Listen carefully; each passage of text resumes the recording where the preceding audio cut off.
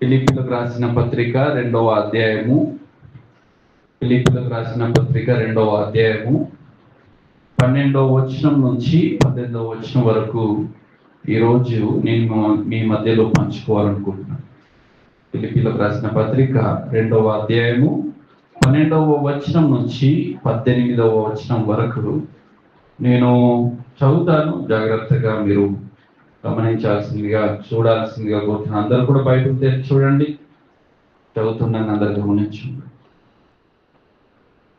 కాగా నా ప్రియులారా, మీరెల్లప్పుడూ విధేయులైన ప్రకారము నా ఎదుట ఉన్నప్పుడు మాత్రమే గాక మరి ఎక్కువగా నేను మీతో లేని ఈ కాలమందును భయముతోనూ వణుకుతూను మీ సొంత రక్షణను కొనసాగించుకొనుడి. ఎందుకనగా మీరు ఇచ్చేయించుటకును కార్యసిద్ధి కలుగజేసుకొనుటకును తన దయా సంకల్పము నెరవేరుటకై మీలో కార్యసిద్ధి కలుగజేయువాడు దేవుడే. మీరు మూర్ఖమైన వక్రజనం మధ్య నిరపరాధులు, నిష్కలంకులు, అనింద్యులునైన దేవుని కుమారులగునట్లు సనుగులను సంశయములను మాని సమస్త కార్యములను చేయుడి. అట్టి జనము మధ్యను మీరు జీవవాక్యమును చేతపట్టుకొని లోకమందు జ్యోతుల వలె కనబడుచున్నారు. అందువలన నేను వ్యర్థముగా పరిగెత్తలేదనియో నేను పడిన కష్టము నిష్ప్రయోజనము కాలేదనియో క్రీస్తు దినమున నాకు అతిశయ కారణము కలుగును. మరియు మీ విశ్వాస యాగములోను దాని సంబంధమైన సేవలోను నేను పానార్పణముగా పోయబడినను నేను ఆనందించి మీ అందరితో కూడా సంతోషింతును. ఇటువలనే మీరును ఆనందించి నాతో కూడా సంతోషించు. ప్రార్థన చేసుకున్నాను. పరలోకమందున్న మా తండ్రి, మహాపరిశుద్ధుడా, గొప్ప దేవ, మీకు వందనాలు, స్తోత్రం చెల్లిస్తూ ఉంటున్నాను. నాయనా, మా యొక్క జీవితాల్లో మీరున్నారు, మమ్మల్ని ప్రేమించారు, మీ కృపను మా పట్ల చూపించి రక్షించుకున్నారు.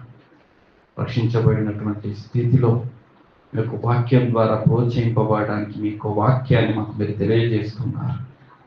ప్రభా, ఈ యొక్క వాక్యాన్ని వింటున్న మేమందరం శ్రద్ధగా నేర్చుకోవడానికి, విన్నదాన్ని మరచిపోకుండా మా హృదయంలో దాచుకోవడానికి, నైనా ఆ వాక్య ప్రకారంగా మా జీవితాలను సరిదిద్దుకోవడానికి మీ కృపను మాపై చూపించమని, మీరు మాకు సహాయం చేయమని, ఎలాంటి అల్లరి అజాగ్రత్తగా ఉన్న వాటిని మాకు దూరం చేయమని కోరుతూ మా ప్రభువు రక్షకుడైన యేసు క్రీస్తు నామములో ప్రార్థించి వేడుకుంటున్నాం తండ్రి.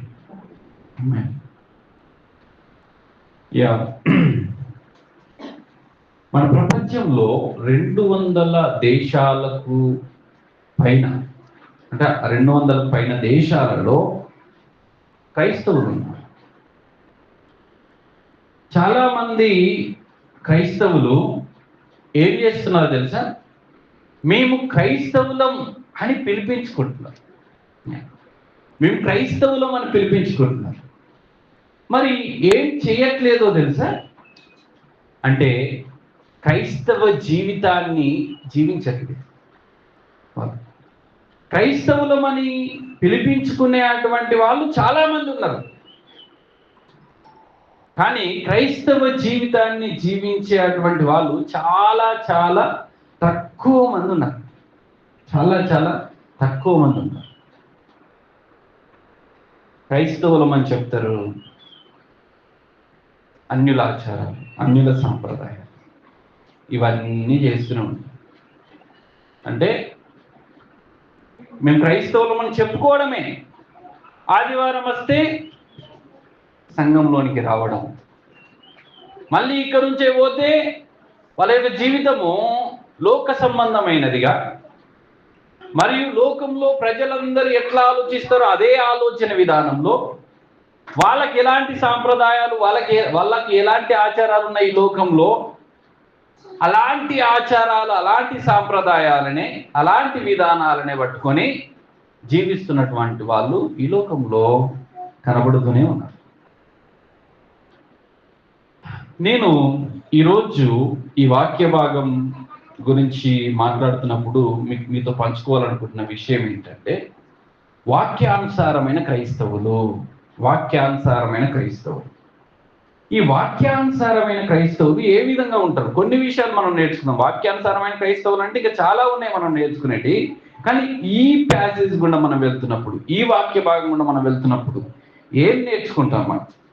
ఆ నేర్చుకునేటి మీ ముందు నేను పెట్టాలనుకుంటున్నాను.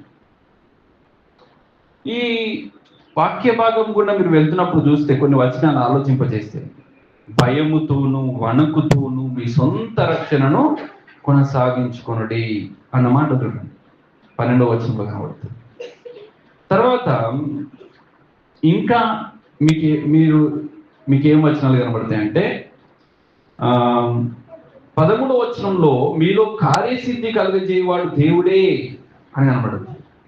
14వ వచనంలో నిరపరాధులను నిష్కలంకులను అనింద్యులైన దేవుని కుమారులు అన్నట్లు సనుగులు సంశయములు మాని సమస్త కార్యములు చేయడన్నమాట కనబడుతుంది. 16లో మీరు జీవవాక్యమును చేత పట్టుకుని లోకమందు జ్యోతుల వలె కనబడుచున్నారు అన్నమాట కనబడుతుంది. సో ఈ మాటలని అన్నింటిని బట్టి మనం ఆలోచన చేసినప్పుడు అసలు వాక్యానుసారంగా ఉండేటువంటి క్రైస్తవులు ఏ విధంగా ఉండాలి అనే విషయాలు మనం నేర్చుకోవచ్చు. సో అవి మీ మధ్యలో నేను పంచుకోవాలనుకుంటున్నాను.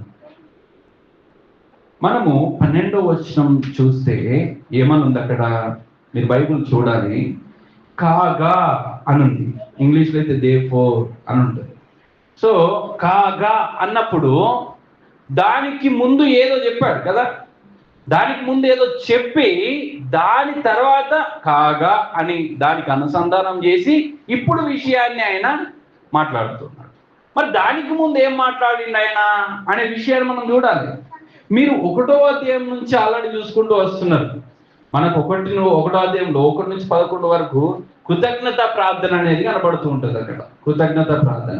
అదే 1వ అధ్యాయం 12 నుంచి 26 వచనాల వరకు పౌలు యొక్క బంధకాలలో ఆయన యొక్క నిరీక్షణ ఏంటి, ఆయన యొక్క పరిస్థితి ఏంటి, ఆయన యొక్క ఉద్దేశం ఏంటి, ఆయన యొక్క ఆలోచన ఏంటి, ఆయన యొక్క పరిచర్య ఏంటి అనే విషయాలన్నీ కూడా ఆయన 12 నుంచి 26 వచనాల్లో మనకు కనబడుతూ ఉంటాయి. తర్వాత 1వ అధ్యాయం 27వ వచనం నుంచి 2వ అధ్యాయం 18వ వచనం వరకు ప్రభు అయిన యేసు క్రీస్తును కూర్చినటువంటి ఔన్నత్యము మరియు ఆయన యొక్క ఔదర్యము అంతా కూడా కనబడుతుంది. మరియు ఆయనను వెంబడించడము, ఆయనకు విధేయత చూపించడము, వినయము, తగ్గింపు గురించినటువంటి విషయాలు మనము ఈ 2వ అధ్యాయంలో చూస్తూ ఉంటాం. సో ఇక్కడ మనం కాగా అన్నప్పుడు మరి దాని తర్వాత ఏం మాట్లాడుతున్నాడు అనే విషయాన్ని మనం పరిశీలన పూర్వకంగా చూస్తాం. ఏమన్నాడు? కాగా అని నా ప్రియులారా మీరెల్లప్పుడును అన్నాడు. నా ప్రియులారా అన్న మాట చూడండి, అంటే ఆయన ఎంత వారిని ప్రేమిస్తున్నాడో ఆ విషయాన్ని తెలియజేస్తున్నాడు. ఆ ఫిలిప్పీ సంఘములో ఉన్నటువంటి వ్యక్తులను ఎంతగా ప్రేమిస్తున్నాడో ఆ విషయాన్ని ఆయన మాటల్లో వ్యక్తీకరిస్తున్నాడు. ఎట్లా అనంటే నా ప్రియులారా అని అంటున్నాడు. నా ప్రియమైన సహోదరులారా, నాకు చాలా ప్రియులైనటువంటి వాళ్ళు మీరు, నాకు ఇష్టం మీరంటే అన్నట్టుగా ఆయన మాట్లాడుతూ మీరు ఎల్లప్పుడూ విధేయులై ఉన్న ప్రకారము అని అన్నాడు. మీరు ఎల్లప్పుడూ అనేది చూడండి ఏమన్నాడు? మీరు క్రైస్తవులుగా ఉండి మీరు విధేయులుగా ఉన్న ప్రకారము, మీరు రక్షింపబడినటువంటి స్థితిలో విధేయత చూపిస్తున్న విధానాన్ని బట్టి ఆయన మాట్లాడుతూ ఏమన్నాడు అనంటే, నా ఎదుట ఉన్నప్పుడు మాత్రమే గాక మరి ఎక్కువగా నేను మీతో లేని ఈ కాలమందును. ఏమన్నాడు? నా ఎదుట ఉన్నప్పుడు మాత్రమే గాక అని అన్నాడు. అంటే మీకు అర్థమయ్యే రీతిలో చెప్పాలంటే, పాస్టరు మన పక్కన ఉన్నాడు అనుకోండి, పాస్టర్తో ఉన్నప్పుడు ప్రార్థన చేద్దాం, ప్రార్థన గుర్తుకొస్తుంది, వాక్య ధ్యానం గుర్తుకొస్తుంది కదా, ఇంకా సంఘస్థులతో మంచి సమయాన్ని గడపడం గుర్తుకొస్తుంది, చర్చ్ హాల్లో ఏమన్నా పనులు ఉంటే చేయడం గుర్తుకొస్తుంది, సువార్త ప్రకటన గురించి గుర్తుకొస్తుంది, అన్ని గుర్తుకొస్తాయి. పాస్టర్ పక్కన ఉంటే ప్రార్థన చెయ్యాలి అన్నట్టుగానే అనిపిస్తుంది. మరి పాస్టర్ పక్కన లేకపోతే పరిస్థితి ఏంటి? సో పాస్టర్ ఉన్నప్పుడు ఒక రకంగా, పాస్టర్ లేనప్పుడు ఒక రకంగా మీరు ఉండకూడదు కదా. ఇక్కడ పౌలు ఏం తెలియజేస్తున్నాడు అనంటే, నేనున్నప్పుడు దేవునికి విధేయత చూపిస్తున్నట్టుగా, నేనున్నప్పుడు ప్రార్థన చేస్తున్నట్టుగా, నేనున్నప్పుడే వాక్యం చదువుతున్నట్టుగా ఇట్లా కాదు ఉండాల్సింది. మీరు ఎల్లప్పుడూ విధేయులుగా ఉండాలి. నేనున్నప్పుడు మాత్రమే కాదు, నేను లేని సమయంలో కూడా మీరు సువార్త విషయంలో ప్రయాసపడాలా, సువార్తకు తగినట్లుగా జీవించాలి. మీరందరూ కూడా ప్రార్థన విజ్ఞాపనములు చేయాలి. తర్వాత మీరు వాక్యాన్ని కూడా తెలుసుకోవాలి. దేవుని యొక్క జ్ఞానంలో మీరు అందరు ఎదగాల, అది కనబడాలి మీ లోపల అని చెప్పేసి ఆయన మాట్లాడుతూ వస్తున్నాడు. ఆ తర్వాత ఏమన్నాడంటే, నేను మీతో లేని ఈ కాలమందును అన్నాడు. ఆయన నేను మీతో లేని ఈ కాలమందు అన్నప్పుడు గమనించండి, ఫిలిప్ ఆ మాట మాట్లాడుతున్నప్పుడు మనకు అర్థమవుతుంది. ఏంటో తెలుసా, ఈ పత్రిక ఆయన రాస్తున్నప్పుడు ఆయన ఎక్కడో ఉన్నాడు, వేరే చోట. ఎక్కడ ఉన్నాడంటే ఆయన జైల్లో ఉన్నాడు. రోమా చెరసాలలో ఆయన వేయబడి, ఆ రోమా చెరసాల నుండి ఆయన ఈ పత్రికను రాస్తూ, నేను మీతో లేని ఈ కాలమందు, ఇప్పుడు నేను మీ మధ్యలో లేను, అయినా మీరేం చేయాలి అని అనంటే, మీ భయముతోనూ వణకుతోనూ మీ సొంత రక్షణను కొనసాగించుకుని అన్నాడు. ఎట్లా మీరు మీ రక్షణను కొనసాగించాలి? భయముతో వణకుతో. రక్షణను కొనసాగించడం అనేది ఇక్కడ జాగ్రత్తగా మనం అర్థం చేసుకోవాలండి. కొంతమంది వేరుగా అర్థం చేసుకునే అవకాశాలు ఉంటాయి. అంటే క్రియల ద్వారా రక్షణ ఏమో, మనం మంచిగా జీవిస్తే రక్షణ ఉంటుంది, మంచిగా జీవించకపోతే రక్షణ ఉండదు అనే రకంగా ఆలోచించే వాళ్ళు మీ మధ్యలో ఉండొచ్చు. కాబట్టి వాళ్ళ కోసం ఈ మాటలు చెప్తాను. ఏంటంటే, రక్షణ అనేది మనం ఎలా పొందుకున్నాం? క్రియలతో పొందుకోలే కదా. క్రియల ద్వారా లభించింది కాదు మనకు. అది మన మంచితనం ద్వారా కాదు, మనం ఏదో మంచి పనులు చేసినామని రక్షణ మనకు రాలే. మరి ఎట్లా ఈ రక్షణ మనకు వచ్చింది అనంటే, మనము దేవుని యొక్క కృప ద్వారా పొందుకున్నాం. ఆయన కృప ద్వారా. ఎఫెసీ 2:8 ఉన్న వచనం మీ అందరికీ తెలుసు అనుకుంటున్నాను. ఏమనుంది? మనం ఎట్లా రక్షణ పొందుకున్నాము? విశ్వాసం ద్వారా కృప చేతనే మనం రక్షణ పొందుకున్నాం. సో మనం క్రియల ద్వారా మనం పొందుకోలే రక్షణ. మరి ఇక్కడ రక్షణను కొనసాగించుడి అన్న మాట ఎందుకు మాట్లాడుతున్నాడు? దానికి గల అర్థం ఏంటి అనంటే, మీరు రక్షింపబడినటువంటి స్థితిలో దేవునికి విధేయత చూపిస్తూ కొనసాగండి అని మాట్లాడుతారు. మీరు రక్షింపబడిన వారు క్రీస్తులో, మీరు సువార్తను అంగీకరించినారు. ఆ సువార్తను అంగీకరించినట్టుగా మీరు ఒకటో అధ్యాయంలో ఒకటి కనబడుతుంది. ఏంటంటే 28వ వచనంలో, మీరు క్రీస్తు సువార్తకు తగ్గినట్లుగా ప్రవర్తించుడి అన్న మాట కనబడుతుంది. మీరు క్రీస్తు సువార్తకు తగ్గినట్లుగా ప్రవర్తించుడి.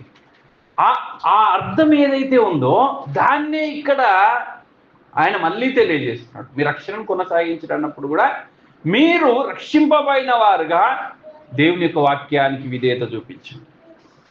ఎట్లా చూపించాలి విధేయత అనంటే, భయముతో వణుకుతో. దేవుని యొక్క మనకు భయం ఉండాలి, దేవుడు అంటే వణుకు ఉండాలి. భయం లేకపోతే ఏం చేస్తారు అనంటే, ఇక్కడ మంచిగానే కనబడతారు, కానీ బయటకు పోయిన తర్వాత అన్నీ చేస్తారు. తాగుతారు, తింటారు, ఎగురుతారు, దొంకుతారు, ఇక అన్నీ నడుస్తాయి అన్నట్టు. ఇప్పుడు కొంతమందికి ఒక రకమైనటువంటి ఆలోచన, ఇలాంటి దృక్పథాలు ఉంటాయి. ఎట్లా అనంటే, ఇదిగో ఈ బిల్డింగ్ ఉంది కదా, ఇది ఇక్కడ మేమున్నప్పుడే దేవుడు మాతో ఉంటాడు, ఇక్కడ ఏం చేసినా దేవుడు చూస్తాడు, కాబట్టి ఇక్కడ మేము ఏ తప్పు పని చేయదు, తప్పుగా ఆలోచించద్దు, బీడీ సిగరెట్లు తాగద్దు, మందు తాగద్దు, ఇంకేమి తాగద్దు, ఇక్కడ మనం పరిశుద్ధంగా ఉండాలి, రాబోయ్ మంచిగా ఉండాలి. ఎందుకంటే ఇది పరిశుద్ధమైన దేవాలయం ఇది అని అనుకుంటూ ఉంటున్నాడు. నేను అనుకుంటున్నాను, ఇక్కడ స్థానిక సంఘంలో సభ్యునిగా ఉండటం నాకు అర్థం ఏమిటని వర్క్ బుక్ ఇక్కడ అయిందని అనుకుంటున్నాను. సో కాబట్టి మీకు తెలుసు ఇది ఏంటిది అనేది. ఇది దేవాలయం మందిరం కాదు, ఇది కట్టబడిన భవనం అని మీరు అర్థం చేసుకున్నారు అనుకుంటున్నాను. కానీ ఇప్పటికీ మన వాళ్ళ ఆలోచనలు ఎట్లా ఉంటాయంటే, చాలా మందివి ఇక్కడికి వస్తే పరిశుద్ధంగా ఉండాలి అంతే, మరి నుంచే పోతే ఏం చేసినా ఏం కాదు, ఏం చేసినా ఏం కాదు. ఎవరు చూస్తారు ఇక మనల్ని? ఇక్కడికి వస్తే పాస్టర్ ఉంటారు, ఇక్కడికి వస్తే డీకన్స్ ఉంటారు, ఇక్కడికి వస్తే మన సంఘస్థులు ఉంటారు. కానీ ఇక్కడ నుంచే బయటకు వెళ్ళిన తర్వాత వాళ్ళు గట్టనే బతుకుతారు, మనం గట్టనే బతుకుతాం, కామన్గా తీసుకుంటారు. కాబట్టి అక్కడ మనం ఏం చేసినా పర్లేదు, కానీ ఇక్కడైతే మంచిగా ఉండాలి అని అనుకుంటారు.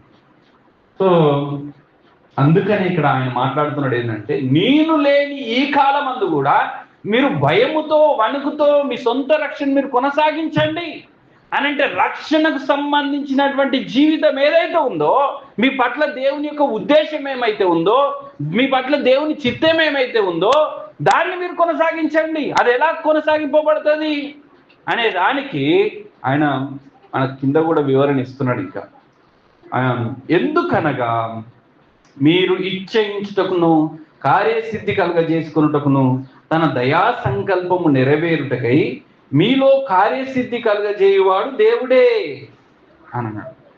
మీరు ఇచ్చయించుటకు కార్యసిద్ధి కలుగజేసుకున్నటకు, మీ జీవితాల్లో మీరు ఆత్మీయంగా ఎదగాలన్న ఆశ మీ లోపల ఉంటే, మీరు ఆత్మీయంగా ఎదగాలనుకుంటే, మీ శక్తికి మీ బలంకు మించినది. ఎందుకంటే మానవులంతా ఎలాంటి పరిస్థితులలో ఉన్నారు అనంటే, పాపపు స్వభావాన్ని కలిగి ఉన్నారు. మనుషులంతా పాపపు స్వభావం.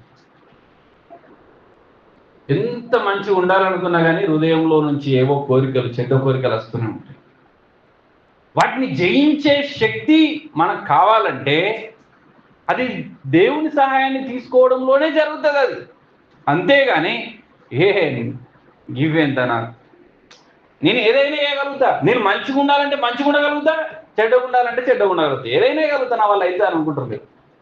ఎంత మంచిగా ఉండాలనుకున్నా దేవుని యొక్క సహాయము లేకపోతే, పరిశుద్ధాత్మ నడిపింపు, పరిశుద్ధాత్మ శక్తి మనలో లేకపోతే మనము జీవించలేమండి. సరే, కష్టం. అది అసలు క్రైస్తవ జీవితం అనేది చాలా కష్టము, చాలా ఇబ్బందితో ఉన్నది. నమ్మకంగా క్రైస్తవ జీవితాన్ని జీవించడం అంటే అంత ఈజీ కాదు, అంత ఈజీ కాదు. కానీ చాలామంది ఏమనుకుంటారు, ఏం కాదు, అంత అవుతుంది నా వల్ల, నేను వాక్యాన్ని చదువుకోగలుగుతా, నేను ప్రార్థన చేస్తే గంటలు గంటలు, నేను నీట్గా బతకగలుగుతా, నేను మంచిగా ఆలోచిస్తా, నాకు మస్తు జ్ఞానం ఉంటుంది అన్నట్టు ఇలా ఎన్ని రకాలుగానైనా మీరు ఆలోచించవచ్చు. కానీ క్రైస్తవ జీవితాన్ని జీవించాలంటే అసలు వాస్తవంగా ఈ ఫిలిప్పీలకు రాసినటువంటి పత్రికలో క్రైస్తవ జీవితం గురించి చాలా విషయాలు మాట్లాడు. మెయిన్గా క్రైస్తవ జీవితంలో ఉన్నటువంటి ఆనందము ఎలా కలిగి ఉండాలో అనే దాని గురించి కూడా ఆయన మాట్లాడు. వాళ్ళు శ్రమల మధ్య వెళ్తున్నప్పుడు, వాళ్ళు ఇబ్బందుల మధ్య వెళ్తున్నప్పుడు, కొన్ని అబద్ధ బోధలు కూడా చుట్టుముడుతున్నప్పుడు, పౌలు వాళ్ళకి దూరమైనప్పుడు, వాళ్ళు ఒక రకమైన సందిగ్ధమైన పరిస్థితుల్లో ఉన్నప్పుడు, ఆదరణ లేని పరిస్థితులలో వాళ్ళు ఉన్నప్పుడు కూడా వాళ్ళకు ఈ పౌలు యొక్క పత్రిక చాలా ఆదరణ ఇస్తుంది. ఎందుకో తెలుసా? మీరు క్రీస్తునందు ఆనందించు, ఈ లోకంలో కాదు, లోకంలో ఉన్న పరిస్థితులను బట్టి కాదు మీరు ఆనందించాల్సింది, మీరు క్రీస్తులో ఆనందించారనే మాట ఆయన చెప్తూ వస్తాడు పత్రిక. సో క్రైస్తవ జీవితం గురించి ఆయన ఎక్కువగా ప్రస్తావించి మాట్లాడాడు ఈ పత్రిక అంతట్లో. కాబట్టి ఈ వచన భాగంలో ఆయన ఏం చెప్తున్నాడంటే, మీలో కార్యసిద్ధి జరిగించేది ఎవరు? మీరు ఆత్మీయంగా ఎదగడానికి కారణం ఎవరు? మీరు ప్రార్థనలో ఎదగాలంటే, వాక్య ధ్యానంలో ఎదగాలంటే, మీ జీవితం మార్చబడాలంటే, మీ ఆలోచనలు మారాలంటే, మీరు ఇంకా వాక్య సంబంధమైన జీవితం విధానంలో కట్టబడాలంటే, ఈ సంఘము ఆరోగ్యవంతంగా కట్టబడాలంటే దానికి మీరు కారణం కాదు, మీ శక్తి కారణం కాదు, మీలో ఏమీ లేదు. ఎవరు ఈ పని జరిగించేది అనంటే దేవుడే. దేవుడే దేవుడే అన్నప్పుడు మనకి ఆయన ఏం తెలియజేస్తున్నారు తెలుసా? పౌలు సంఘానికి ఏం తెలియజేస్తున్నారు తెలుసా? మీరు ఎదగాలంటే, మీరు అభివృద్ధి చెందాలంటే, మీరు ఆత్మీయంగా ఉండాలంటే, మీరు ఇట్లా దేవునిలో ఎదగాలంటే మీరు చేయాల్సింది ఏంటనంటే, మీరు దేవుని మీద ఆధారపడాలనే విషయాన్ని కూడా ఆయన చెప్తున్నాడు. సో కాబట్టి ఈ 2 వచనాల గుండా మనం వెళ్తున్నప్పుడు ప్రాముఖ్యంగా మనకు కనబడేది ఏంటి? వాక్యానుసారమైన క్రైస్తవులు ఏ విధంగా ఉండాలని ఆయన యొక్క ఉద్దేశాన్ని ఇక్కడ ఆయన తెలియపరుస్తున్నాడు అని అంటే, వాక్య సంబంధమైనటువంటి క్రైస్తవులు క్రీస్తుకు విధేయుడై ఉండాలి అనే విషయాన్ని చెప్తున్నారు. ఎందుకనంటే ఈ వర్స్కి ఈ 12 నుంచి మనం 13 వచనాలు చూస్తూ ఉంటే, స్టార్టింగ్ లో వాళ్ళు పలికిన మాటను మీరు ఒకసారి చూడండి. నా ప్రియులారా మీరెల్లప్పుడూ విధేయులై ఉన్న ప్రకారము అనే మాట అక్కడి నుంచి దీన్ని మాట్లాడుతున్నారు. భయముతో వణుకుతూ మీ సొంత రక్షణ కొనసాగించాలన్న మాట. మీరు ఇట్లా కొనసాగించడానికి మీకు సహాయం చేసే దేవుడే, మీలో కార్యసిద్ధి కలిగజేసే దేవుడే అన్నప్పుడు మీరు దేవుడి మీద ఆధారపడాలన్న విషయాన్ని తెలుసుకోవడంలో కూడా ఏం తెలియజేస్తున్నాడు అంటే విధేయతను తెలియజేస్తున్నాడు. సో వాక్యానుసారమైన క్రైస్తవులు ఏ విధంగా ఉంటారు అనంటే, వాళ్ళు క్రీస్తుకు విధేయులై ఉంటారు. క్రీస్తుకు విధేయులై ఉంటారు. చాలా సార్లు మనం ఏంటంటే వాక్యాన్ని వింటాం, వాక్యాన్ని మంచిగా వినడం అది మంచిదే, వాక్యాన్ని వినడంలో ఏం తప్పులేదు, వాక్యాన్ని చదవడం కూడా మంచిది, వాక్యాన్ని నేర్చుకోవడం చాలా మంచిది. ఓకే, వాక్యాన్ని మనం వింటాం. ఇక్కడ 50 సంవత్సరాల నుంచి క్రైస్తవులుగా ఉన్న వాళ్ళు ఉండొచ్చు, 30 సంవత్సరాల నుంచి క్రైస్తవులుగా ఉన్న వాళ్ళు ఉండొచ్చు, 10-15 సంవత్సరాల నుంచి కూడా క్రైస్తవులుగా ఉండే వాళ్ళు ఉండొచ్చు, మొన్న రీసెంట్గా మార్చబడిన వాళ్ళు కూడా ఉండొచ్చు. మీరు ఎప్పుడు మార్చబడ్డారనేది కాదు ఇక్కడ, మీరు దేవుడికి విధేయులుగా జీవిస్తున్నారా లేదనేది చాలా ప్రాముఖ్యం, చాలా ప్రాముఖ్యం.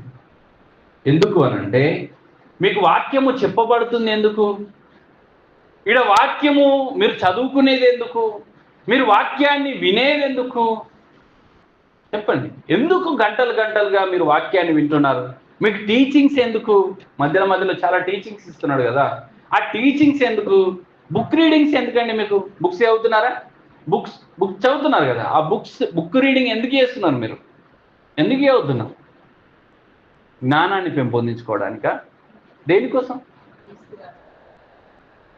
మీరు క్రీస్తులో ఎదగడానికి, ఆధ్యాత్మికంగా ఎదగడానికి, ఆధ్యాత్మికంగా బ్రతకడానికి కదా, ఆ వాక్యాన్ని పాటించడానికి. వాక్యాన్ని పాటించకపోతే వాక్యాన్ని నువ్వెంత విన్నా కానీ అది వ్యర్థం. ఏం ప్రయోజనం అండి? మీరు వస్తారు మంచిగా 3 గంటలు కూడా ఇక్కడ కూర్చొని ఉంటారు, సినిమా థియేటర్లో ఉన్నట్టుగా. అక్కడ టికెట్ ఉంటుంది, ఇక్కడ పెట్టే ఉంటుంది, వేసిపోతారు. ప్రయోజనం ఏంటి? ప్రయోజనం ఏందండి? సో వాక్యానికి విధేయత చూపించడం అనేది క్రైస్తవ జీవితంలో చాలా ప్రాముఖ్యమైనది, చాలా ప్రాముఖ్యమైనది. అది ఆ విషయంలోనే మీరు శ్రద్ధ కలిగి ఉండకపోతే మీరు ఎట్లా ఆధ్యాత్మికంగా ఉన్నారని మేము అనుకోవాలి. దేవుడు మనల్ని అందరినీ చూస్తున్నాడని, మన హృదయాలు తెలుసు, మన జీవితాలు ఆయనకు తెలుసు, మనం ఎట్లా బ్రతుకుతున్నామో తెలుసు. ఆయన తప్పించుకొని మీరు ఎక్కడ ఉండలేరు, ఆయన దాగి ఉన్న చోటు ఎక్కడ కూడా లేదని. నేను దేవుని కనబడకుండా ఇక్కడ దాగుంటా, నేను ఈ రాయి కింద ఉంటా, అక్కడ ఉంటా, ఎక్కడ ఉన్నా కానీ దేవుని కనబడతాడు. సో కాబట్టి మీ జీవితాన్ని ఆయన చూస్తున్నాడని గమనించాలి మీరు ఎప్పుడు. కాబట్టి వాక్యాన్ని మీరు వింటున్నట్టుగానే, వాక్యాన్ని నేర్చుకుంటున్నట్టుగానే వాక్యానికి విధేయత చూపించడం అనేది చాలా చాలా ప్రాముఖ్యం, చాలా చాలా ప్రాముఖ్యం. ఒక ఆయన యాకోబు ఒక పత్రికలో ఇట్లా మాట్లాడతాడు. యాకోబు రాసిన పత్రిక అని ఒకటి, మీరు ఆల్రెడీ ఈ విషయాన్ని చాలాసార్లు విన్నారనుకుంటున్నాను. 22వ వచనంలో ఏమనుంటుందంటే, మీరు వినువారు మాత్రమై ఉండి మిమ్మల్ని మీరు మోసపుచ్చుకోనకుండా వాక్య ప్రకారము ప్రవర్తించువారునయుండుడి అని అంటాడు. ఎట్లా ఉండాలని ఆయన యాకోబు చెప్తున్నాడు తెలుసా? మీరు వినువారు మాత్రమై ఉంటే ఏమవుతుంది? మిమ్మల్ని మీరు మోసం చేసుకుంటున్నారు. అసలు సంఘంలో ఎట్లా ఉంటుందో తెలుసా అండి? కొంతమంది వాక్యము చెప్తూ ఉంటే చూసేవాళ్ళు ఉంటారు, కానీ వింటున్నారేమో నాకు తెలియదు. ఎందుకంటే కళ్ళు తెరిచి నిద్రపోయేటోళ్ళు కూడా ఉంటారు. తర్వాత కొంతమంది వాక్యం చెప్తూ ఉండగానే నిద్రపోయే వాళ్ళు కూడా ఉంటారు, నాకు కనబడుతున్నారు కొంతమంది. సో ఏంటనంటే వాక్యం చెప్తూ ఉండగానే ఇంకా వాళ్ళ కళ్ళు మూసుకుపోతాయి. అది నేను పెద్ద తప్పుగా ఏం చెప్తానండి, మీరు పెద్దవాళ్ళు, మీరు అలసిపోయి ఉంటారు నాకు తెలుసు. నేను కూడా ఒకప్పుడు చాలా వ్యవసాయ సంబంధమైనటువంటి పనులు బాగా చేసిన. మాకు బర్రెలు, ఆవులు ఇట్లా ఉండే. రోజుకొక 30-35 లీటర్ల పాలు నేనే విండేవాడిని ఒకరికి. సో అంత వర్క్ చేసిన. అలాగే ఉపాధి హామీ పథకం నడిపించిన, దానిలో ఫీల్డ్ అసిస్టెంట్గా చేసిన. ఒకవైపు అది చూసుకోవాలి, డైరీ చూసుకోవాలి, అక్కడ కరీంనగర్ డైరీ ఉంటుంది, అది తర్వాత ఇవన్నీ వర్క్స్ కలిపి చేసినాం. మళ్ళీ వ్యవసాయం కూడా ఉంటుంది, మాకు ఒక 2 ఎకరాల అట్లా ఉంటుంది. ఆ పనులన్నీ కూడా ఈ వ్యవసాయ సంబంధమైన పనులు ఇవన్నీ చూసుకుంటూ మళ్ళీ పరిచర్య జీవితంలో కూడా ఉండేవాడిని. అప్పుడు వాక్యం చెప్తే ఓకే, కానీ వాక్యం ఎక్కడైనా వినడానికి వెళ్ళినప్పుడు మాత్రానికి నాకు చాలా నిద్ర వచ్చేది, కంట్రోల్ చేసుకోవడం కష్టమయ్యేది. ఇక్కడ మాట్లాడడం నేను నిద్రపోకుండా మాట్లాడగలుగుతా, కానీ అక్కడ కూర్చుంటే మాత్రం నిద్రపోయే అవకాశాలు ఉన్నాయి. సో మీరు నిద్రపోతే అది తప్పని నేను అనుకోవట్లేదు. అంటే మీకు ఆసక్తి ఉంటే ఎంత నిద్ర వచ్చినా మీరు వినగలుగుతారు. నాకు చాలా అసలు రాత్రిపూట ఒక 4 గంటలే నిద్ర ఉండేది. అప్పుడు 4 గంటలు లేదా 3 గంటలే. ఇక అప్పుడప్పుడు మీటింగ్స్ ఉన్నప్పుడు 2 రోజుల మీటింగ్ 3 రోజులు పోతే అక్కడికి పోతే చాలా నిద్ర వచ్చేది. కంట్రోల్ చేసుకొని మరీ వినేవాడిని. ఎందుకో తెలుసా, ఎక్కడ మిస్ అయితే నేను అది కోల్పోతానండి, ఆ బాధ నా లోపల ఉండేది. అందుకోసమని చాలా జాగ్రత్తగా నీళ్ళు అల్లుకుంటైనా సరే వినడానికి ప్రయత్నం చేసేవాడిని. సో కాబట్టి వాక్యం వినడం కూడా చాలా ప్రాముఖ్యమైనది. మీరు వినాలే, నిద్రపోవద్దు, వాక్యం మీద మీ దృష్టి పెట్టండి. బాధ ఉంటుంది, అలసట ఉంటుంది, సో వాటన్నిటిని పక్కన పెట్టండి. కొంతసేపు మీరు వాక్యం వినడానికి మీ మనసులు ఇటువైపు ఉంచండి, రైట్? అయితే ఆ వాక్యం వినడమే కాదు, వాక్యాన్ని విన్నది పాటిస్తున్నామా లేదా అనేది ఖచ్చితంగా మీరు చూసుకోవాలా. ఈరోజు ఏం వాక్యం చెప్పిండు పాస్టర్, మాకు దేని గురించి మాట్లాడిండు, అది మన జీవితాల్లో ఎట్లా ఉపయోగకరంగా ఉంటుంది? ఎప్పుడైనా పోయి చర్చించుకుంటాం? మనం చర్చించుకోం. అదే సినిమాలు చూస్తే, టీవీ సీరియల్ చూస్తే, అరే ఈ సీరియల్లో ఇట్లా ఏం చూసినావా నువ్వు అని చర్చిస్తారు కదా. పక్కింటోళ్ళు ఇంట్లో లొల్లయింది అనుకోండి, దాని గురించి రోజంతా మాట్లాడతారు. కానీ వాక్యాన్ని చర్చించుకోవడము, వాక్యం గురించి మాట్లాడుకోవడం ఏది కనబడదు మన జీవితాల్లో కదా. పక్కింటోళ్ళు అయితే బాగా కనబడుతుంది. వాళ్ళ గురించి మాట్లాడడం అంటే గంటలు గంటలు ఇక ఎడతెరపి లేకుండా మాట్లాడతాం. కానీ వాక్యం గురించి మాట్లాడదాం, వాక్యం గురించి చర్చించుకుందాం అనే ఆలోచన మన జీవితాల్లో లేదండి. బాధ అనిపిస్తుంది. సో కాబట్టి మనం వాక్యాన్ని శ్రద్ధగా వినడం నేర్చుకోవడం చాలా మంచిది. ఎందుకు వింటున్నామంటే ఆ వాక్యాన్ని పాటించడానికి, ఆ వాక్య ప్రకారంగా బ్రతకడానికి మనం వింటున్నాం. ఆ వాక్యానికి విధేయత చూపించడానికి మనం వింటున్నామండి. నిజంగా వాక్యము విని వాక్య ప్రకారం ప్రవర్తించు వారే క్రీస్తు విధేయులుగా జీవించగలుగుతారు. ఒకవేళ మీరు వాక్యం విని క్రీస్తుకు విధేయులుగా బ్రతికి మేము ఉంటామనేది అది మూర్ఖత్వం. ఇక నుంచే విని పోతే కాదు, మీరు క్రైస్తవులు. మీరు విని మీ జీవితాల్లో ఆ వాక్యాన్ని చూపిస్తే మీరు క్రైస్తవులు. సో అది మనం ఎప్పుడు కూడా జ్ఞాపకం ఉంచుకోవాలి. డిట్రీస్ బర్న్ హాపర్ అంటే ఇలా అంటాడు ఏంటంటే, క్రీస్తు విధేయత గురించి నేర్చుకున్న ప్రతి ఒక్కరూ క్రీస్తుకు విధేయత చూపగలరు అని అంటాడు. క్రీస్తు యొక్క విధేయత గురించి మనం నేర్చుకుంటే అప్పుడు మనము క్రీస్తుకు విధేయత చూపిస్తాం. నేను ఈ మాటను ఇక్కడ నుంచే చూపిస్తా. ఏంటనంటే ఈ 2వ అధ్యాయంలోనే 8వ వచనంలో ఒక మాట ఉంటుంది.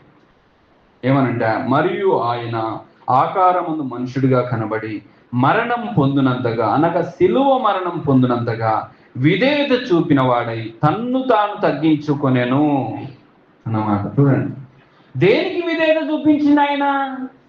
శిలువకు విధేయత చూపించిండు కదా. శిలువకు విధేయత చూపించిండు. ఎందుకోసం ఆయన శిలువకు విధేయత చూపించిండు అని అంటే, మనమందరం కూడా ఈ లోకంలో పాపం. ఈ లోకంలో మనము ఆ పాపులుగా, అవిధేయులుగా ఉండి నరకానికి పాత్రులుగా జీవిస్తున్నటువంటి వాళ్ళము, దేవునికి విరుద్ధంగా జీవిస్తున్నటువంటి వాళ్ళము, దేవునికి దూరమైన స్థితిలో ఉన్నటువంటి వాళ్ళము. అలాంటి స్థితిలో దేవుడు మన పట్ల చూపించిన అద్భుతమైన కృప ఏంటంటే క్రీస్తుని ఈ లోకంలోనికి పంపించాడు. ఆయన ఈ లోకంలోనికి రావడం ద్వారా ఈ లోకంలో నేను చేసిన పాపపు శిక్షను ఆయన అనుభవించడం ద్వారా ఆయన ద్వారానే మనం రక్షణను పొందుకున్నాం. ఆయన మన కోసం ఆ కల్వరి శిలువలో ఆయన వేలాడాడు. ఆయన మన కోసమే తన ప్రాణాన్ని పెట్టాడు. ఆయన మన కోసమే ఆ శిలువకు విధేయత చూపించిండు. ఆయన మన కోసం మరణించి ఆయన తిరిగి లేచిండండి. ఆయన జీవం కలిగినటువంటి దేవుడు. కాబట్టి ఆయన మనల్ని రక్షించుకున్నాడు. ఎలా? ఆయన కృప ద్వారా, ఆయన శిలువకు విధేయత చూపించడం ద్వారా. సో ఆయన మన కోసం శిలువకు విధేయత చూపిస్తే ఈరోజు ఆయన పిల్లలుగా ఉన్న మనం మరి ఆయనకు విధేయత చూపిస్తున్నామనే ప్రశ్న మన లోపల ఉండాలి. ఆయన మన కోసం ఆ శిలువకు విధేయత చూపించిన మనం విధేయత చూపిస్తున్నామా? అదే ఈ డిట్నిస్ బానుహాపర్ ఏమన్నాడంటే, క్రీస్తు విధేయత గురించి నేర్చుకున్న ప్రతి ఒక్కరు కూడా క్రీస్తుకు విధేయత చూపిస్తారు. కాబట్టి మీరు క్రీస్తు విధేయత గురించి నేర్చుకున్నారా? నేర్చుకుంటే మీరు ఆయన ఖచ్చితంగా విధేయత చూపిస్తారు అనే విషయము ఆయన చూపిస్తున్నాడు. తర్వాత ఆస్వాల్డ్ చాంబర్స్ అనేటైన ఆధ్యాత్మిక పరిపక్వత సంవత్సరాలు గడిచే కొద్ది రాదు, కానీ దేవుని చిత్తానికి విధేయత చూపడం ద్వారా వస్తుంది అని అంటాడు ఆస్వాల్డ్ చాంబర్. మేము ఎదగాలి, క్రీస్తులో ఎదగాలి, ఆధ్యాత్మికంగా జీవించాలని అనుకోవచ్చు. ఎట్లా జీవిస్తారు మీరు అని అంటే, 1 సంవత్సరం, 2 సంవత్సరాలు, 3 సంవత్సరాలు, 10, 15, 20 సంవత్సరాలు మీరు క్రైస్తవులుగా ఉన్నాము అని చెప్పుకోవడం ద్వారా రాదు. మరి ఎట్లా వస్తుంది అని అంటే, ఆ క్రైస్తవ జీవితాన్ని జీవించడం ద్వారా, దేవుని చిత్తానికి విధేయత చూపించడం ద్వారా మనలో ఆధ్యాత్మిక పరిపక్వత వస్తుంది. అది ఆయన్ని మాట్లాడారు. నిజంగా క్రీస్తుకు విధేయత చూపించే విధానంలో మనం ఎక్కడున్నాం? హడ్సన్ టేలర్ గురించి నేను చదువుతున్నప్పుడు ఒక విషయము నేను అక్కడ గమనించాను. ఏంటంటే, ఆయన దేవుడు తనను ఎలాంటి పిలుపుతో పిలిచాడో ఆ పిలుపుకు లోబడిన వాడుగా ఆయన కనబడుతుంటాడు. చైనాకు అతడు మిషనరీగా వెళ్ళాడు. చైనాలో అతను చాలా శ్రమలు ఎదుర్కొన్నాడు. ఆయన ఒకవైపు కుటుంబ సభ్యుల మరణము, ఇంకొక వైపు ఫైనాన్షియల్గా ఇబ్బందులు, అక్కడ సేవా జీవితంలో చాలా సవాళ్ళు. వీటన్నిటి మధ్యలో ఆయన చేసిన పని ఏంటో తెలుసా? దేవుని మీద ఆధారపడేవాడు, దేవుని యొక్క వాక్యం మీద దృష్టి ఉంచేవాడు. మరియు దేవుని యొక్క ఉద్దేశం ఏంటి నా పట్ల, దేవుని యొక్క సంకల్పం ఏంటి, అసలు దేవుని చిత్తం ఏంటి, ఈ పరిస్థితుల్లో నేను ఎలా నడవాలనుకుంటున్నాడు ఆయన అనే దానిపైన ఆయన దృష్టి పెట్టి ఆలోచించి నిర్ణయాలు తీసుకొని ఆయన ముందుకు సాగేవాడట. ఇలా ఆలోచించేటప్పుడు ఆయన ఇట్లా అనుకునేవాడట, ఏంటనంటే ఇంపాసిబుల్ ఇది అని అనుకునేవాడట. అంటే వాక్యాన్ని వింటున్నప్పుడు ఆ ఆలోచనలు ఆయన లోపల వస్తున్నప్పుడు, ఇది నేను చేయగలుగుతానా అని అనుకునేవాడట. ఇది నాకు అసాధ్యం అని అనుకునేవాడట.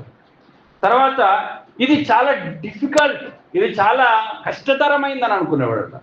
కానీ ఈ పనిని దేవుడు చేయగలడు. నేను అన్నిట్లలో దేవునికి విధేయత చూపించాలనుకుంటున్నాను, నేను లోబడాలనుకుంటున్నాను, ఆయన చిత్తాన్ని నెరవేర్చాలనుకుంటున్నాను. కానీ ఇవి నాకు అసాధ్యం, నాకు కష్టతరం, కానీ దేవుడు నా ద్వారా చేయగలడని గట్టిగా నమ్మేవాడు. అందుకనే ప్రతి విషయంలో దేవునికి లోబడడానికి తను అప్పగించుకున్నాడు. పిల్లారా, ఈరోజు దేవుని యొక్క వాక్యానికి విధేయత చూపించడానికి, దేవునికి విధేయత చూపించడానికి నిన్ను దేవునికి అప్పగించుకుంటున్నావా? నువ్వు ఎలా ఉన్నావు? మనం వాక్యానుసారమైన క్రైస్తవులుగా ఉండాలంటే విధేయత చూపించడానికి దేవునికి మనల్ని మనం అప్పగించుకోవాలి. అది దేవుడు కోరుకుంటుంది. అండ్ రెండవదిగా మనం చూస్తాం ఇక్కడ 14వ వచనం నుంచి, మీరు మూర్ఖమైన వక్రజనం మధ్య నిరపరాధులను నిష్కలంకులను అనింద్యులనైన దేవుని కుమారులగునట్లు సనుగులను సంశయములను మాని సమస్త కార్యములను చేయుడి అని అన్నాడు. మీరు మూర్ఖమైన వక్రజనము అనే మాట ఇక్కడ ఆలోచించండి. అసలు ఈ మాట ఆలోచించినప్పుడు నాకు ఏమనిపిస్తుంది అంటే, ఇప్పుడు జరుగుతున్నటువంటి పాపాలన్నీ కూడా కనబడతాయి. ఎట్లా ఉన్నారు ప్రజలు, ఎంత అవిధేయత, ఎంత అపవిత్రత, ఎంత ఘోరమైన పాపాలు ఈ రోజుల్లో చేస్తున్నారు ఈ ప్రజలంతా. ఈ ప్రపంచాన్ని చూస్తే టెక్నాలజీ ఎట్లా పెరిగిందో అంతకంటే ఘోరంగా పాపం పెరిగింది అనిపిస్తుంది. ఘోరమైన పాపం. ఫోన్లు మంచిగా చేతిలోకి వచ్చినాయి, అవి ఎక్కడెక్కడెక్కడెక్కడనో ఉన్న వాళ్ళని కలుపుతూ ఉన్నాయి కదా. ఆ ఫోన్ల ద్వారా ఎంతో పాపాన్ని చేస్తున్నారు. ఒక రకంగా ఫోన్కు అధిక సమయం ఇచ్చి పాపం చేస్తుండడమే కాదు, ఆ ఫోన్లు వాడడం ద్వారా, ఆ ఫోన్లు ఇతరులు అంటే ఈ కమ్యూనికేషన్ వ్యవస్థ అనేది పెరగడం ద్వారా కూడా పాపం అనేది పెరిగిపోతుంది ఈ లోకం. వీళ్ళారా, ఈ ఘోరమైనటువంటి పాపాన్ని జరిగిస్తున్నటువంటి ఈ లోకం గురించి ఆలోచిస్తున్నప్పుడు అనిపిస్తుంది, ఈ లోకంలో ఇలా భయంకరమైన పాపంలో ఉన్నటువంటి మనము ఏ విధంగా పరిశుద్ధంగా పవిత్రంగా జీవించగలడానికి అసలు ఏది కారణం, ఎట్లా ఉండడం, ఎట్లా బ్రతకడం, ఎట్లా సాధ్యమైనది ఈ పని అని అనుకోవచ్చు మనం అందరూ. ఎందుకంటే ఎన్నో శోధనలు మనం శోధిస్తూనే ఉంటాయి. పాపంలో పడేయడానికి సాతాను చాలా ప్రయత్నాలు చేస్తున్నాడు, చాలా ప్రయత్నాలు చేస్తున్నాడు. ఏ రకంగానైనా మిమ్మల్ని పాపంలో పడగొట్టాలని వాడు చూస్తుంటాడు. వాడు గర్జించే సింహం వలె ఎవరిని మింగుదనని చూస్తున్నాడట వాడు. సో అలాంటి పరిస్థితులలో ఈ భయంకరమైన పాపజనం మధ్యలో ఏ పాపం చేయకుండా బ్రతకాలనడం, బ్రతకాలని మనకు ఉండడం మంచిదే, కానీ బ్రతకడం ఎంత కష్టం ఆలోచించాలి. బ్రతకడం ఎంత కష్టం. ఎప్పుడు మనము మన జీవితాన్ని పక్కింటోళ్ళతో, ఎదురింటోళ్ళతో, పక్క మనుషులతో, మన పక్కన ఉన్న మనుషులతోనే మనం పోల్చుకుంటాం. కొంచెం వానికంటే నేను బెటరేలే అని అనుకుంటాం అన్నట్టు. మనం నేను చెడ్డోని ఎందుకైతా, నేను వాడు ఘోరమైన పాపాలు చేస్తాడు, కానీ వానికంటే నేను చాలా గొప్పనే మంచోడు అని అనుకున్నట్టుగా మనం ఆలోచన చేస్తాం. సో మనుషులను చూస్తున్నంత కాలము నీ పాపం నీలో నుంచి పోదాలి. నీ పాపము విషయంలో నువ్వు పశ్చాత్తాపడుతూ ప్రభు సన్నిధిలో నువ్వు ఎదగాలంటే, పవిత్రంగా జీవించాలంటే పాపం లేని పరిశుద్ధిని వైపు, క్రీస్తు వైపు నువ్వు చూడాలి. కానీ ఈ లోకము వైపు చూసినప్పుడు అది పోదు, ఇంక పెరుగుతుంది. ఎందుకంటే లోకంలో చాలా చాలా బలహీనులు ఉన్నారు, చాలా ఘోరమైన పాపాలు చేసేవాళ్ళు ఉన్నారు. కాబట్టి అదే మాట ఇక్కడ ఆయన చెప్తున్నాడు ఏంటంటే, మీరు మూర్ఖమైన వక్రజనం మధ్య నిరపరాధులను, నిష్కలంకులను, అనింద్యులైన దేవుని కుమారులగునట్లు ఎట్లా ఉండాలి? ఇదైతే భయంకరమైన లోకము, చాలా పాపము పెరిగిన లోకము, చాలా మంది మూర్ఖులు ఇక్కడ ఉన్నారు, దేవుడు లేడని ఇష్టానుసారంగా జీవించే వాళ్ళు కూడా ఉన్నారు. అలా జీవించే అటువంటి ఆ జనం మధ్యలో మీరున్నప్పుడు ఎలా ఉండాలి? మీరు నిరపరాధులు, నిష్కలంకులు, అనింద్యులు, దేవుని కుమారులు, సనుగులు సంశయములు మాని అని అన్నాడు. మనం ఇది బాగుంటుంది. సనుగులు అని అంటే ఇతరుల మీద సనుక్కోవడం, ఈర్ష్య కలిగి ఉండడం. ఒకడు బాగుపడితే అస్సలు మనకు అన్నోసుకోదు. తర్వాత సంశయములు అన్నప్పుడు వాదం పెట్టుకోవడం గురించి మాట్లాడు. ఇతరులతో వాదం పెట్టుకోవడం, గొడవలు పెట్టుకోవడం, గొడవలకు దిగడం, ఇలాంటివి జరుగుతూ ఉంటాయండి.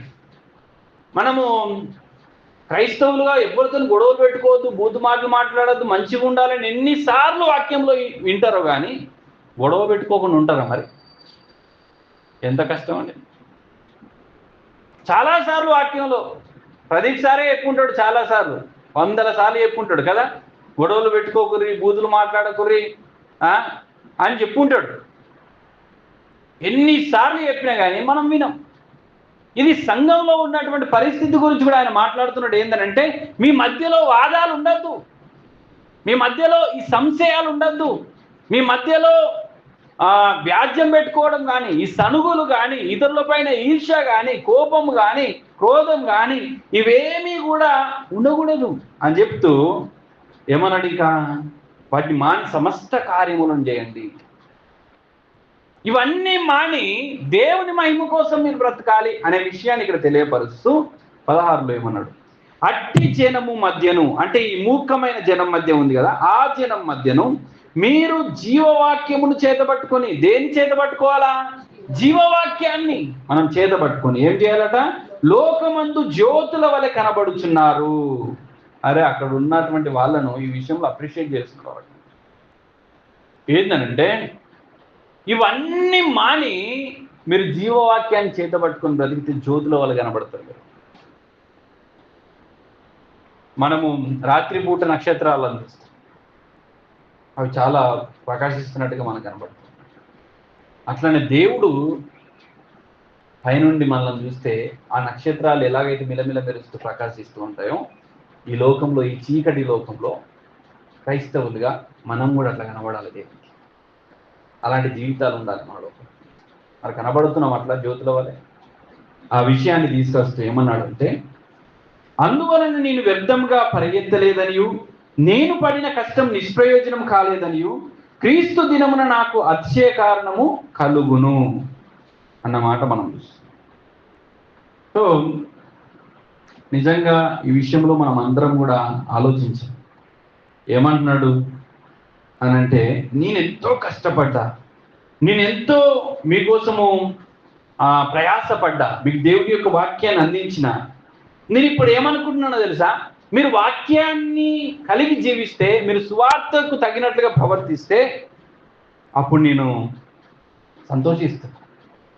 మిమ్మల్ని బట్టి నేను దేవుని యందు అతిశయపడుతున్నా. అసలు ఎందుకో తెలుసా, నేను పడిన కష్టం అది వ్యర్థం కాలే, మీరు మంచిగా బతుకుతున్నారు, మీరు మంచిగా జీవిస్తున్నారు అనే విషయాన్ని ఈయనే మాట్లాడుతున్నారు. ఇక్కడ పౌలు మాట్లాడుతూ ఏమన్నాడు, నిష్ప్రయోజనం కాలేదని క్రీస్తు దినమున నాకు అతిశయ కారణం కలుగును అనే విషయాన్ని ఆయన ప్రకటిస్తున్నాడు. సో ఇక్కడ మనం ఆలోచన చేస్తే, అంటే ఈ 14వ వచనం నుంచి 16 వచనాల వరకు కనుక మనం ఆలోచన చేస్తే ఏం కనబడుతుంది ఇక్కడ?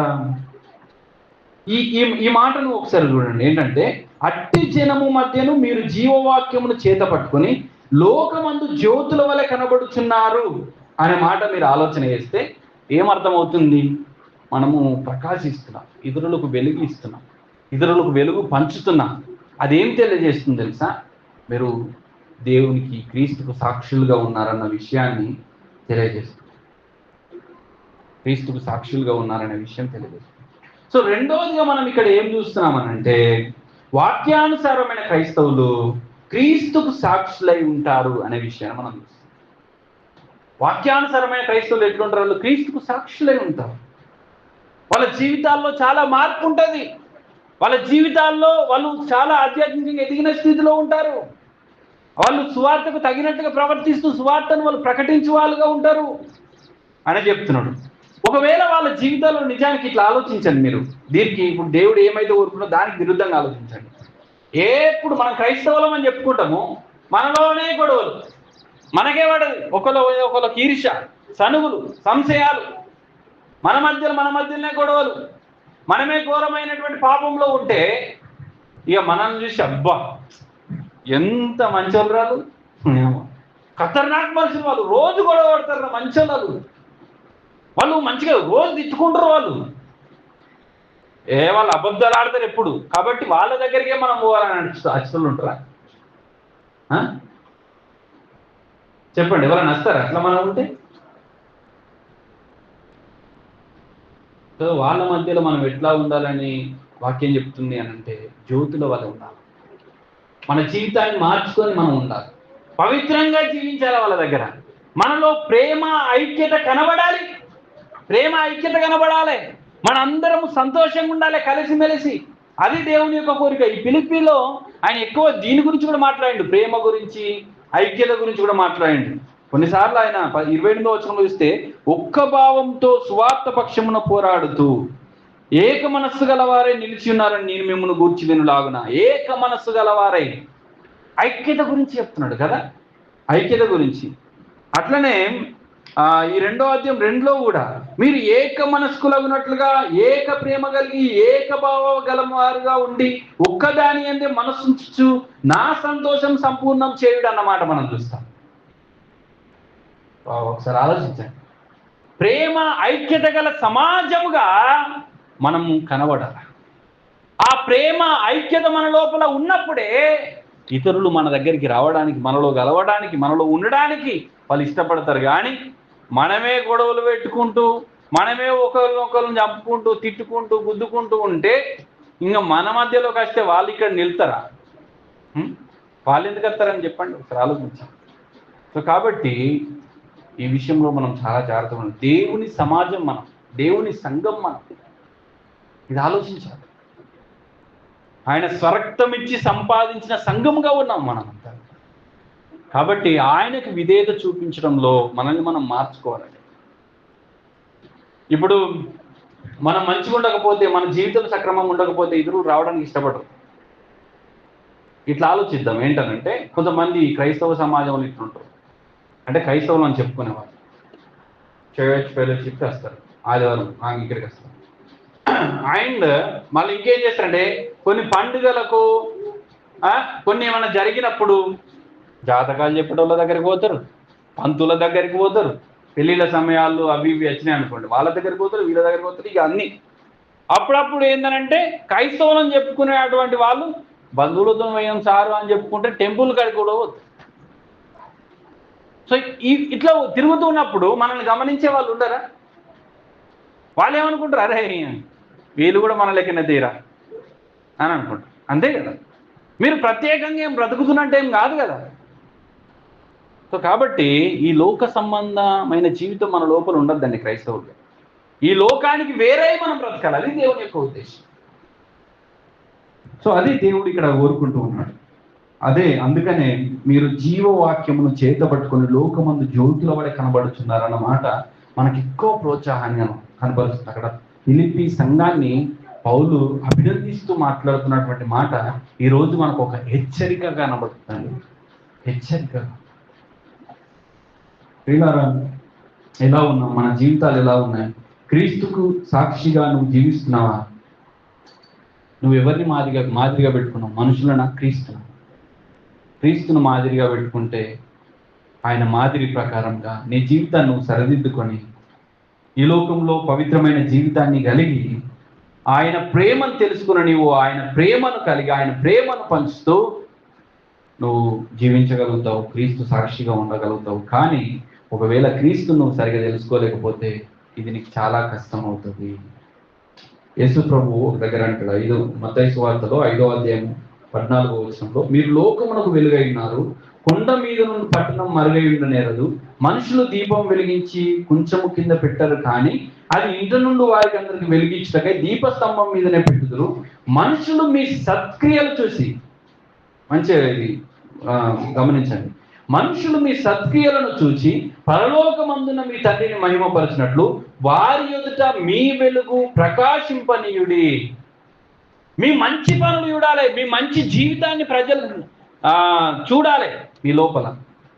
అది కోరుకుంటాడు.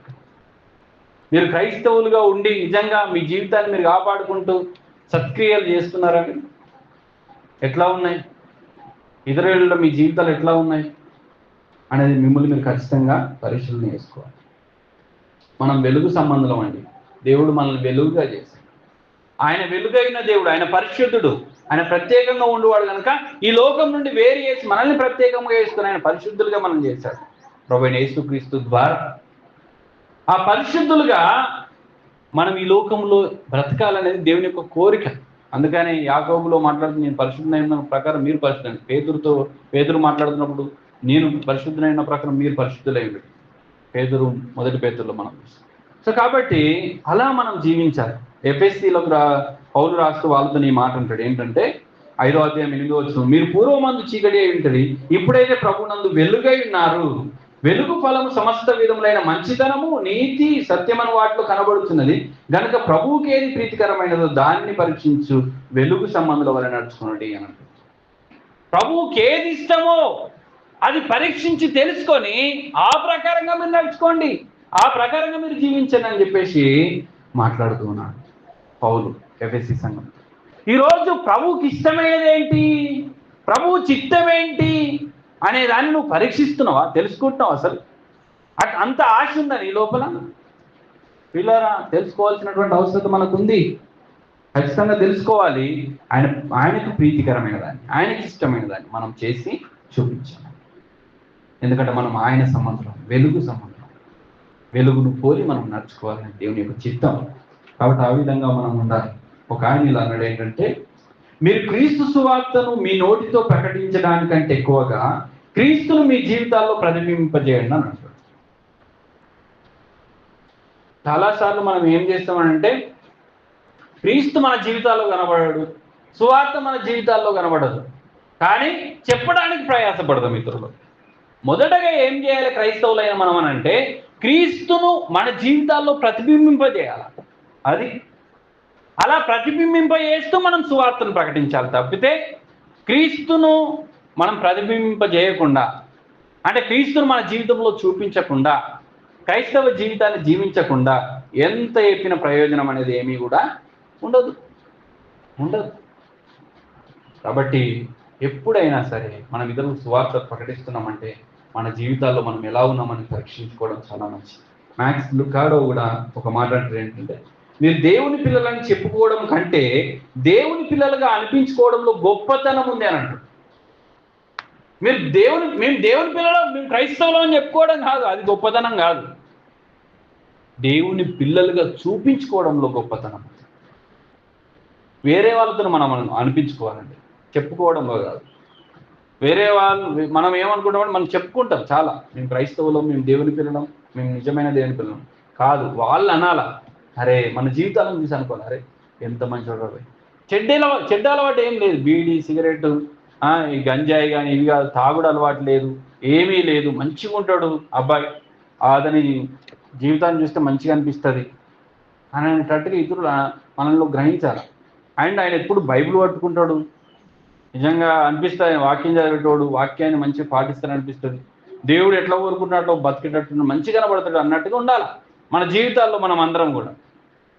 సో నిజంగా మనం అట్లా కనబడుతున్నామా?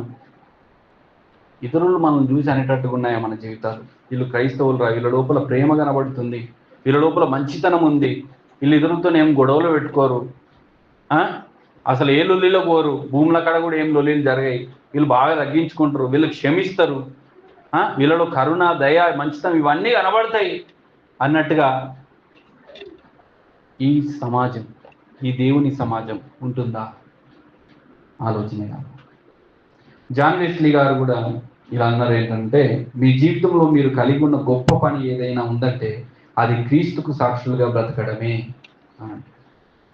ఆయన సాక్షులుగా బ్రతకడమే గొప్ప పని, ఇంకా దానికి మించింది ఏం లేదు. సో కాబట్టి ఆయన సాక్షిగా జీవించడానికి నిన్ను నువ్వు అప్పగించుకున్నావా? నిజంగా ఆయన సాక్షిగా నువ్వు ఈ లోకంలో జీవిస్తున్నావా? వెలుగు సంబంధిగా, వెలుగైన దేవుని బిడ్డగా, వెలుగును ప్రకాశించే అలాంటి ఒక జీవితాన్ని కలిగి నువ్వు ఉన్నావా? దయచేసి ఈ విషయాలు మనం అందరం పరీక్షించుకున్నాం. ఏమైనా తప్పిదాల్లో, ఏమైనా బలహీనతల్లో ఉంటే మనల్ని మనం సరి చేసుకోవాలి. థామస్ అల్వా ఎడిసన్ దగ్గరికి ఒక యవనస్తుడు వచ్చి, అయ్యా మీరు ఈ ప్రపంచాన్ని వెలిగిస్తున్నారు.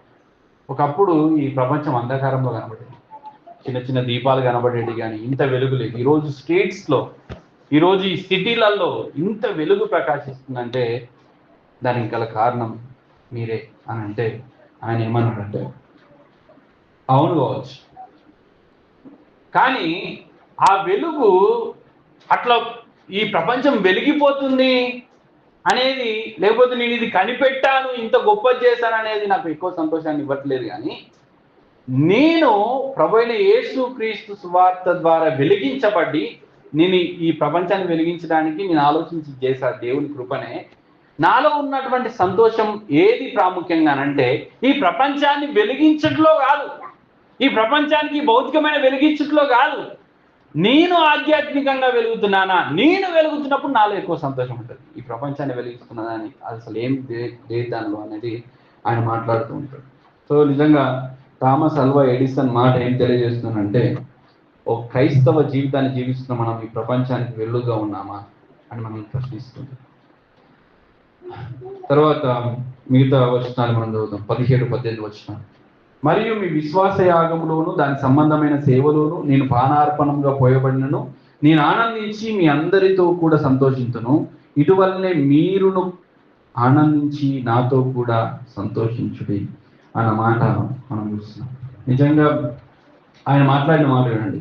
మీ విశ్వాస యాగము దాని సంబంధమైన సేవలో మీరు ప్రభునందు ఎలాంటి విశ్వాసాన్ని కలిగి ఉన్నారు, ఎంతటి విశ్వాసాన్ని కలిగి ఉన్నారు, ఎంతగా మిమ్మల్ని మీరు ఆ విశ్వాస సంబంధిత జీవితానికి అప్పగించుకుంటున్నారో దాన్ని బట్టి నేను సంతోషిస్తున్నాను.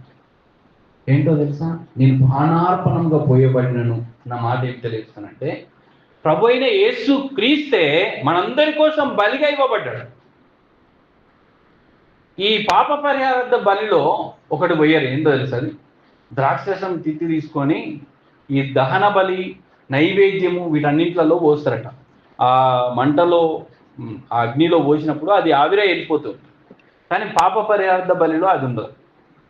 పాప పరిహారార్థ బలిగా అర్పించబడింది ప్రభు అయిన యేసుక్రీస్తు. ఆయనే మనల్ని విమోచించాడు. ఆయనే ఈ పాపాలను క్షమించి మనల్ని పవిత్రపరిచినటువంటి గొప్ప దేవుడు. ఆయన కోసం నేను పానార్పణంగా పోయబడ్డా అన్న మాట ఇక్కడ తెలియజేస్తున్నాడు. ఏంటో తెలుసా? ఆయన పాప పరిహారార్థ బలిగా ఉంటే నేను ఈ పానార్పణం, ఆయన కోసం ఈ పానార్పణంగా పోయబడి నేను ఆవిరైపోతున్నా, పైకి వెళ్ళిపోతున్నా కదా.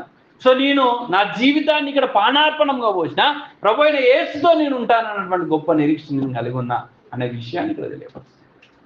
ఇంకొకటి ఎగ్జాంపుల్ మీకు అర్థమయ్యేటట్టుగా చెప్పేది ఏంటంటే, మనము ఒక క్యాండిల్ని తీసుకుంటే క్యాండిల్ ముట్టిస్తే అది ఏమైపోతుంది? కరుగుతుంది. కరుగుతూ అది వెలిగిస్తుంది. సో నేను ఒక పానార్పణంగా పోయబడుతున్నాను అనేది ఇలాంటి ఎగ్జాంపుల్ మనం తెలుసుకుంటాం. ఏంటనంటే ఆయన కరిగిపోతున్నాడు, ఆయన నలిగిపోతున్నాడు, ఆయన శ్రమల మధ్య పోతున్నాడు. కానీ ఆయన ద్వారా ఏం జరుగుతుందంటే వెలుగు ప్రకాశింపబడుతుంది, సువార్త ప్రకటింపబడుతుంది. ఆ సువార్త ఎంతో మందికి వెలుగు, ఆ సువార్త ఎంతో మంది జీవితాలను సరిదిద్దుతుంది. వాళ్ళ జీవితాలను సక్రమంగా చేసుకునేందుకు, వాళ్ళ జీవితాల్లో మార్పు చేసుకునేందుకు ఆ సువార్త కారణంగా.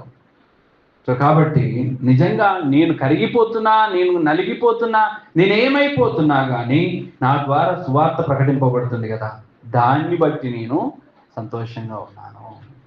ఈరోజు నేను ఈ చెరసాల్లో ఉండొచ్చు, కానీ అయినా నేను సంతోషిస్తున్నా. ఎందుకో తెలుసా? ఈ జైల్లో ఉన్న వాళ్ళు సైతము నా సువార్త వినడం ద్వారా, నా సువార్త అని అంటే ఆయన ప్రకటిస్తున్న సువార్త, అది క్రీస్తు సువార్త. సో ఆయన సువార్త ద్వారా, ఆయన ప్రకటించే సువార్త ద్వారా అనేకులు వాళ్ళ జీవితాలు మార్చుకోగలుగుతారు. జైల్లో పడ్డప్పుడు సైతము వాళ్ళకి సువార్త అందగలుగుతుంది అక్కడున్న సైనికులకు. అందుకే ఒక దగ్గర ప్రేతోర్యం అని ఉంటుంది. ఇక్కడ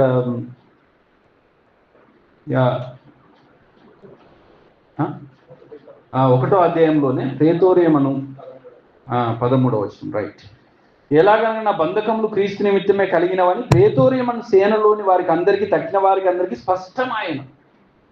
అక్కడ ఉన్నటువంటి సైనికులకు వాళ్ళందరికీ కూడా ఒక సైనిక గుంపుకు కూడా సువార్త అందింది.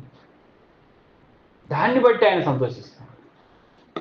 సో కాబట్టి నిజంగా మనం దేనిలో సంతోషం ఎదుగుతామనంటే, డబ్బులు, నాకు చాలా ధనం ఉంది, డబ్బులు ఎదుగుతాం, ఆస్తులు ఎదుగుతాం కదా, గొప్ప ఇండ్లు కట్టుకోవడంలో ఎదుగుతాం, అందములో వెతుకుతాం. మనం అంతా గొప్ప మంచి బంగారు ఆభరణాలను ధరించుకోవడం ఆనందాన్ని, సంతోషాన్ని వెతికే వాళ్ళు ఉంటారు.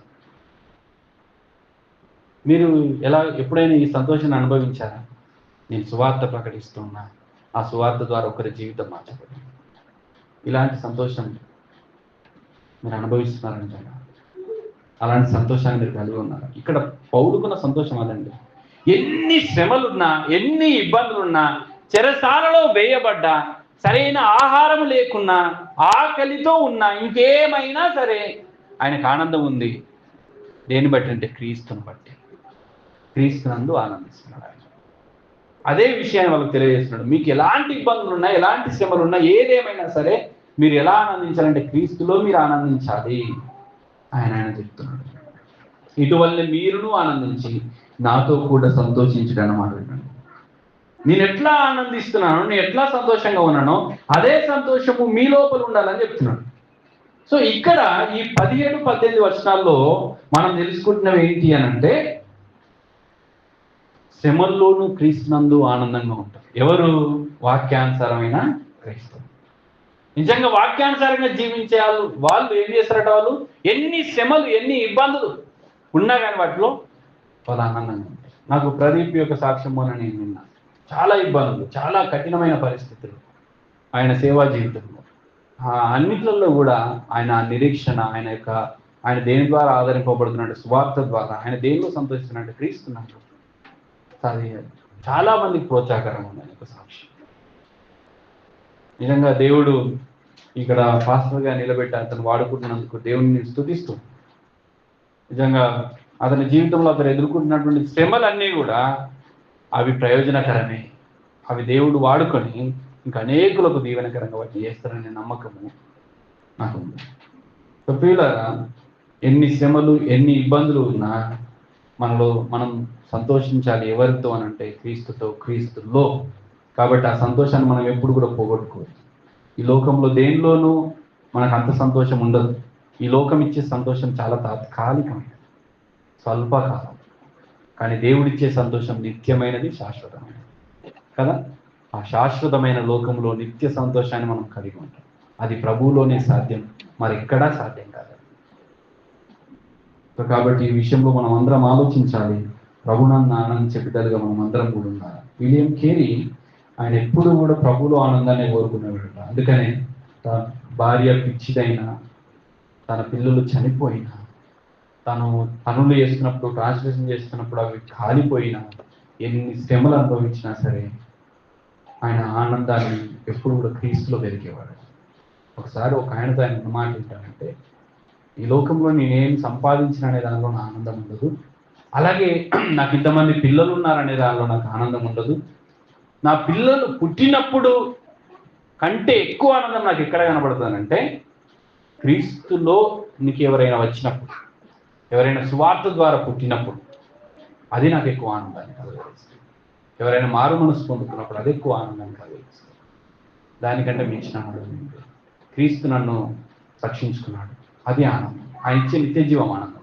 ఆ నిత్య జీవము ఇతరులు పొందుకున్నప్పుడు కూడా ఇంకా ఆనందం అనే విషయాన్ని ఆయన తెలియదు. సో మనం కూడా అలాంటి ఆలోచనలు, అలాంటి ఒక మంచి జీవితాన్ని కలిగి ఉండడానికి మనం ప్రయాసపడాల్సినటువంటి అవసరత మనకు ఎంతగానో ఉంది. సో నిజంగా వీలైనటువంటి వాళ్ళరా ఈరోజు మనం దేవుని యొక్క వాక్యాన్ని విన్నాం. వాక్యానుసారమైన క్రైస్తవులు ఏమేం చేస్తారో మనం తెలుసుకుంటూ ఉన్నాం. ఏం చేస్తారు వాళ్ళు? క్రీస్తుకు విధేయులై ఉంటారు. రెండవది ఏంటి? క్రీస్తుకు సాక్షులై ఉంటారు. అలాగే శ్రమల్లోనూ క్రీస్తునందు వాళ్ళు ఆనందిస్తారు అనే విషయాన్ని, ఈ మూడు విషయాలను కూడా మనం తెలుసుకుంటూ ఉన్నాం. ఈరోజు అడుగుతున్నాను, వాక్యానుసారమైన క్రైస్తవులుగా ఉన్నావా? ఉంటే ఆయన వాక్యానికి విధేయత చూపిస్తున్నావా? ఆయనకి సాక్షిగా నువ్వు బ్రతుకుతున్నావా? ఎన్ని శ్రమలున్నా, ఎన్ని ఇబ్బందులున్నా వాటన్నింటిలో క్రీస్తునందు నువ్వు నిజంగా ఆనందిస్తున్నావా అడుగుతున్నాను. నువ్వు ఎప్పుడు ఆనందిస్తావు అని అంటే క్రీస్తు లోపల ఉన్నప్పుడే, క్రీస్తుకు లోబడి ఉన్నప్పుడే, క్రీస్తును ఆస్వాదిస్తున్నప్పుడే, అప్పుడే నీకు సాధ్యమే. వీళ్ళారా వాక్యానుసారమైన క్రైస్తవులుగా మనం ఉందాం. క్రీస్తు వాక్యానికి విధేయత చూపుదాం. క్రీస్తుకు సాక్షులుగా ఈ లోకంలో బ్రతుకుదాం. అలాగే క్రీస్తును మనం ఆనందించే వారిగా ఉండి దేవుని మహిమపరుస్తాం. అందరం కూడా కళ్ళు మూసుకుందాం, ప్రార్థనలో ఉందాం.